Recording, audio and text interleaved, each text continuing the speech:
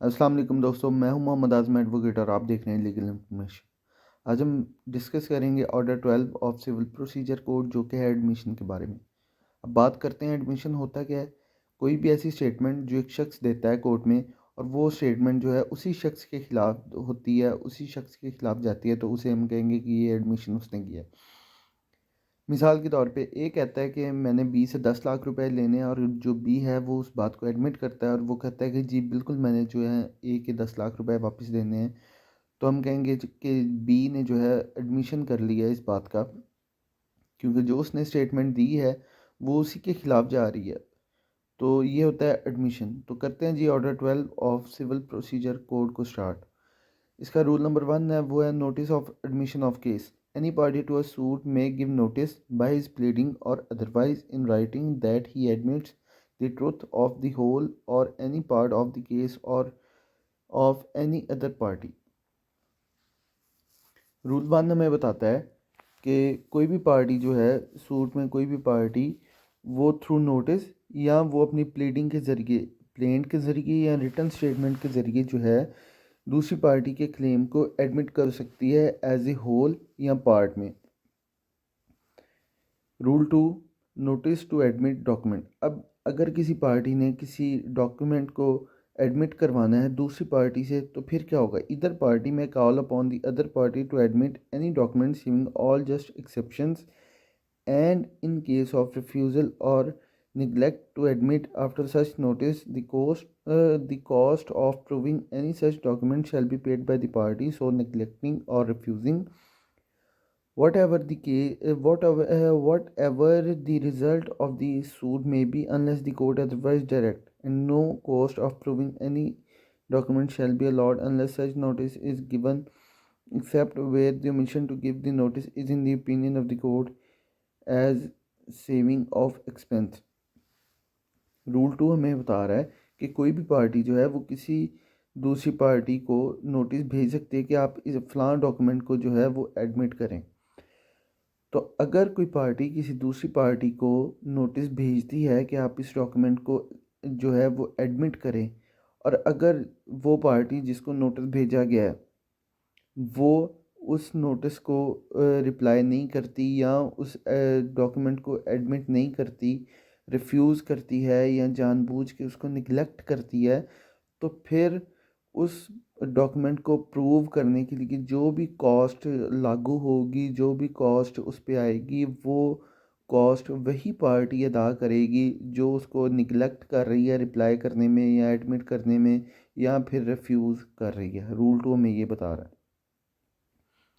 आगे रूल 3 है form of notice. ये सिंपल सा है कि जो डॉक्यूमेंट हमने एडमिट करने के लिए नोटिस देना है उसका फॉर्म, उसकी फॉर्म क्या होगी। तो ये अपेंडिक्स सी में फॉर्म नंबर 9 जो है वो उसकी जो है वो पैटर्न होगा।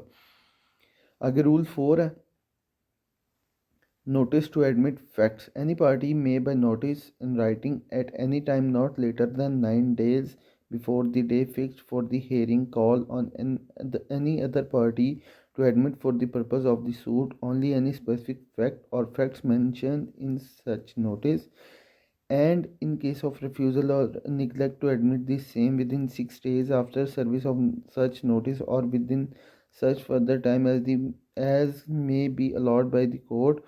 the cost of proving such fact or facts shall be paid by the party so neglecting or refusing, whatever the result of the suit may be।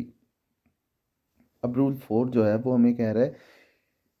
कि अगर हमने किसी फैक्ट को जो है वो एडमिट करवाना है, तो कोई भी पार्टी जो है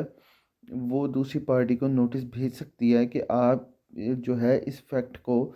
एडमिट करें। वो एक से ज़्यादा फैक्ट्स भी हो सकते हैं, कोई एक स्पेसिफिक फैक्ट भी हो सकता है जो नोटिस में जो है वो उसमें दर्ज किया गया हो। तो कोई भी पार्टी जो किसी फैक्ट को एडमिट करवाना चाह रही है वो दूसरी पार्टी को नोटिस भेज सकती है, लेकिन वो कब भेजेगी? जो उस केस की हेयरिंग है उससे 9 दिन पहले उसको भेजना पड़ेगा नोटिस। और जिस पार्टी को भेजा गया है वो उसका रिप्लाई जो है वो 6 दिन पहले करेगी। 6 days उसको देने होंगे पहले। उसका रिप्लाई करने के लिए 6 दिन पहले, हेयरिंग की डेट से 6 दिन पहले तक उसने उसका रिप्लाई करना है।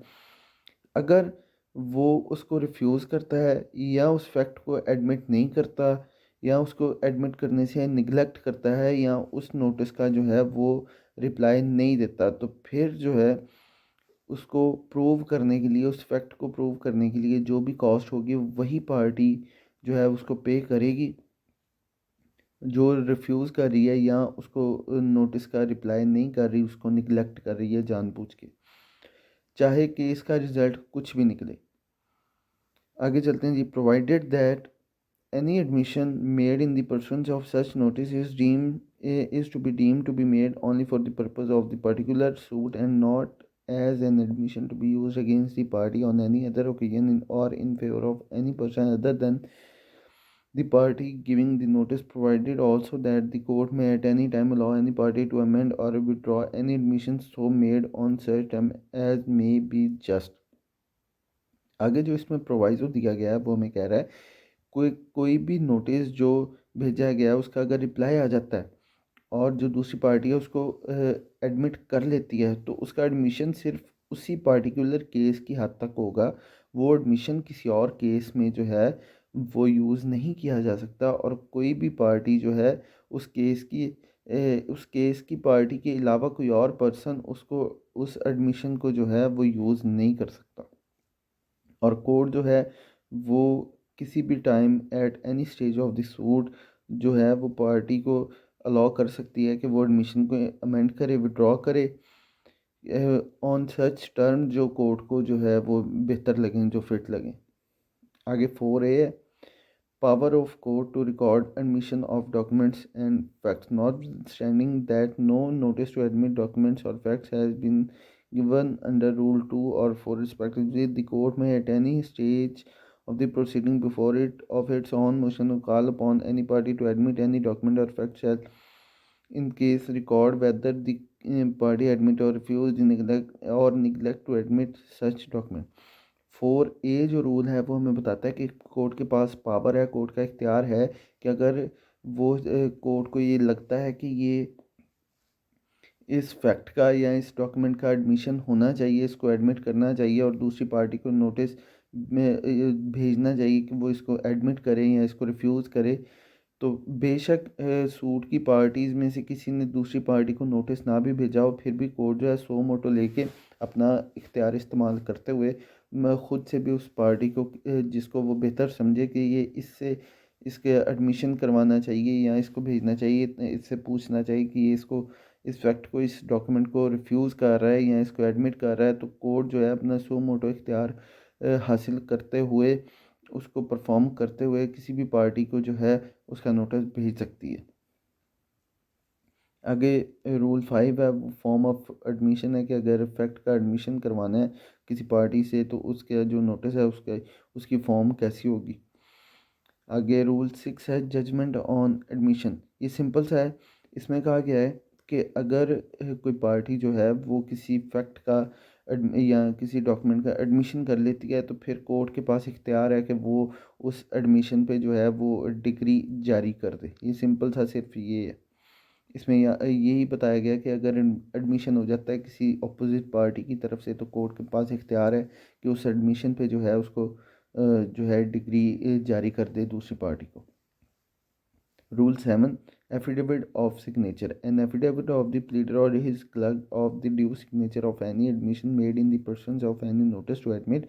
document or fact shall be sufficient evidence of such admission if evidence thereof is required। Rule 7 जो है वो हमें बता रहा है कि अगर किसी पार्टी ने दूसरी पार्टी को नोटिस भेजा है एडमिशन ऑफ फैक्ट के लिए या एडमिशन ऑफ डॉक्यूमेंट के लिए, तो अगर वो पार्टी उसका रिप्लाई कर देती है, उसको एडमिट कर देती है, तो फिर